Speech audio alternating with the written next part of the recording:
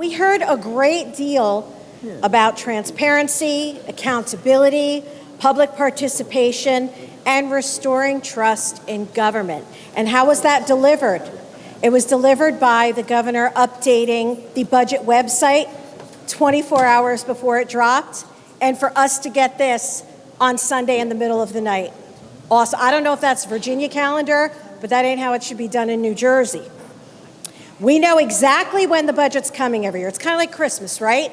Like, we know when the deadline is. I know for some in this room, you get Christmas twice a year, Christmas in June, and then the other Christmas. However, we know when it's coming. It's not a surprise. So it comes, and we're like, oh, how could this possibly happen? You know, the public sees it too. This was really embarrassing. They see legislators trying to digest hundreds of pages of the budget while the clock runs down for our constitutional deadline that we knew about. Negotiations are happening behind closed doors. They see bills moving before we even get to read it. We get like a title, and the budget committee is, oh, vote on it. We'll tell you what's in it later. If anyone needed evidence that public testimony is little more than a procedural window dressing, I witnessed it myself this Sunday at the budget hearing for the Assembly. I was streaming it. My colleague, Mike Ganamort from the 24th is on the budget committee, and I was watching.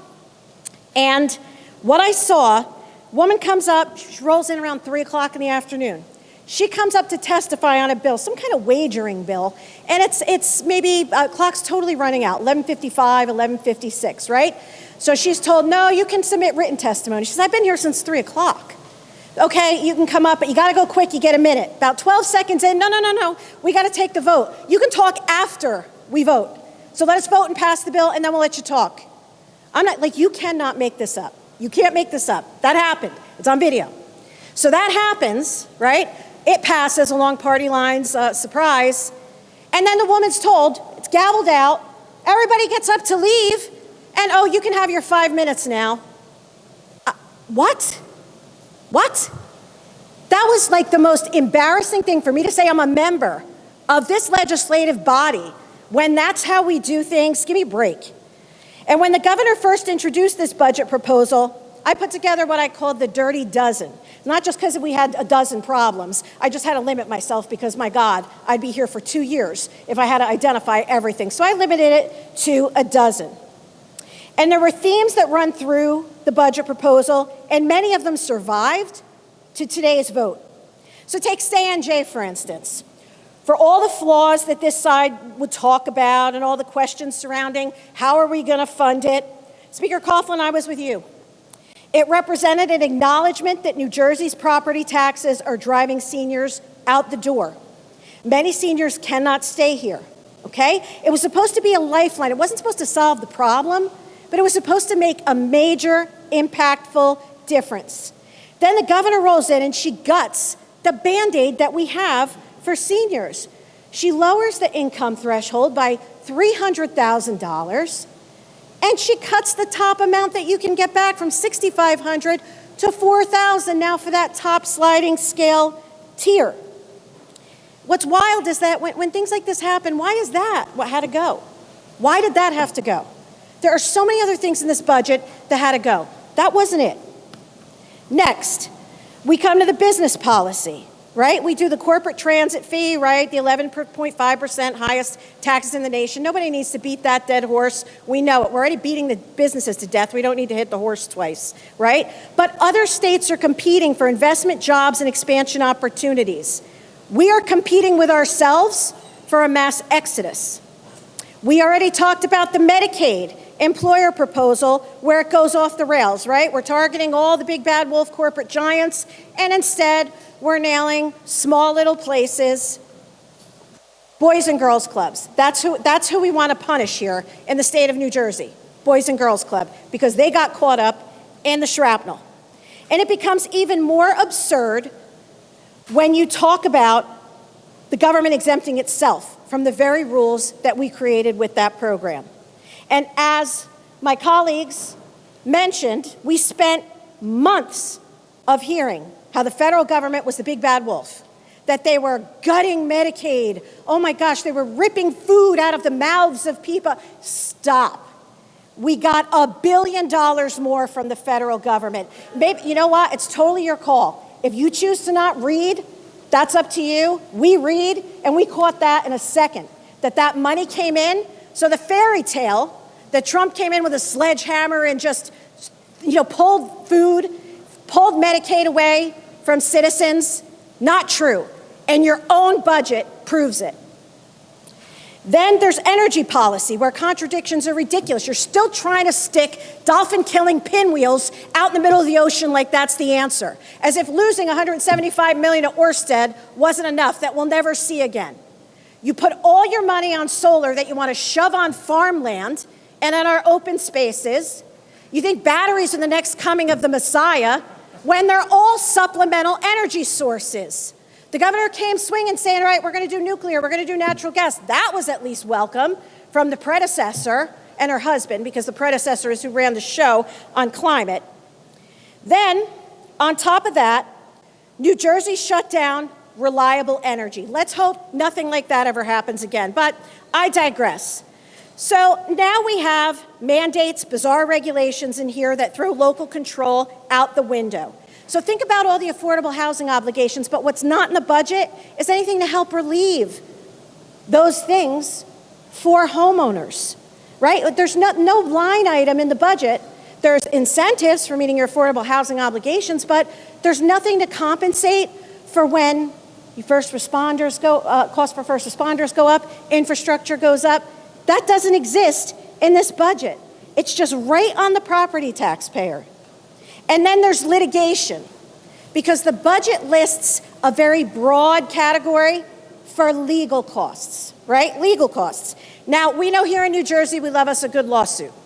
I mean, we've seen this over and over, right? So we have climate, pregnancy center, anti-mask, reproductive legislation, blah, blah. I mean, again, New Jersey's in a consistent fight with the Constitution. Promise we lose. However, we need to pretty much annex a courthouse as the second annex here to the State House, because that's how often we traipse ourselves into court. But there is no breakdown for the public to see as to how much these nonsensical goose chase lawsuits are costing us in the budget.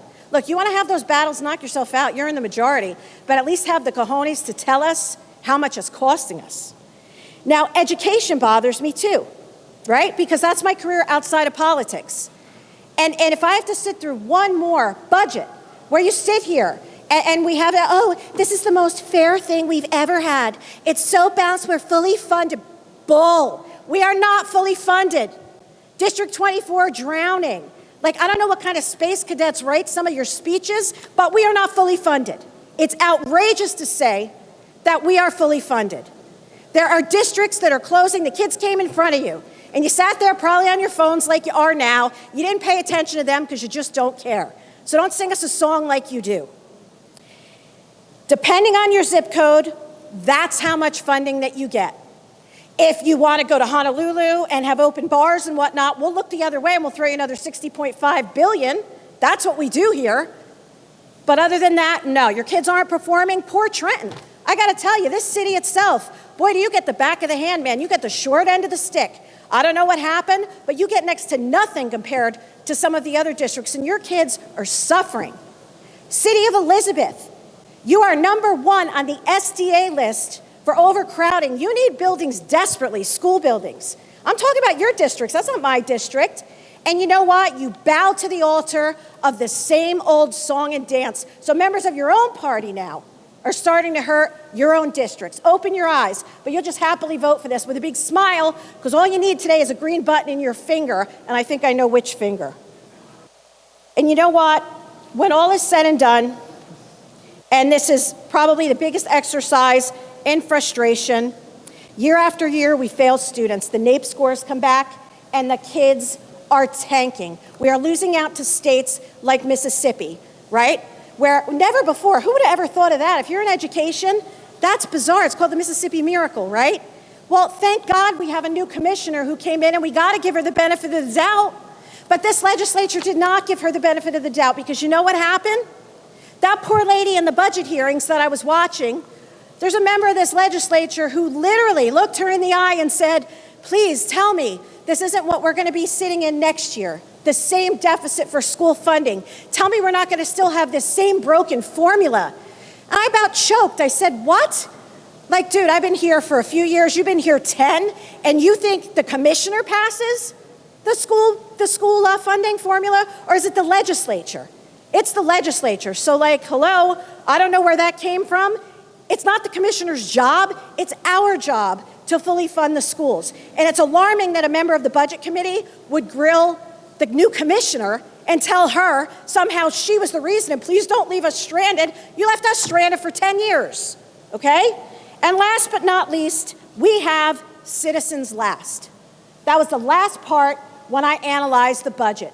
We do everything under the sun, just like my colleague, Assemblyman Knitra said. When seniors ask for relief, though, no money. When schools need relief, no money. There's another legal fund, there's another subsidy. When somebody's cousin, sister's friend's poodle groomer needs a grant, great, we'll give it to you. But when what really matters is on the table, ALS funding, senior citizens, so they can stay here, Meals on Wheels.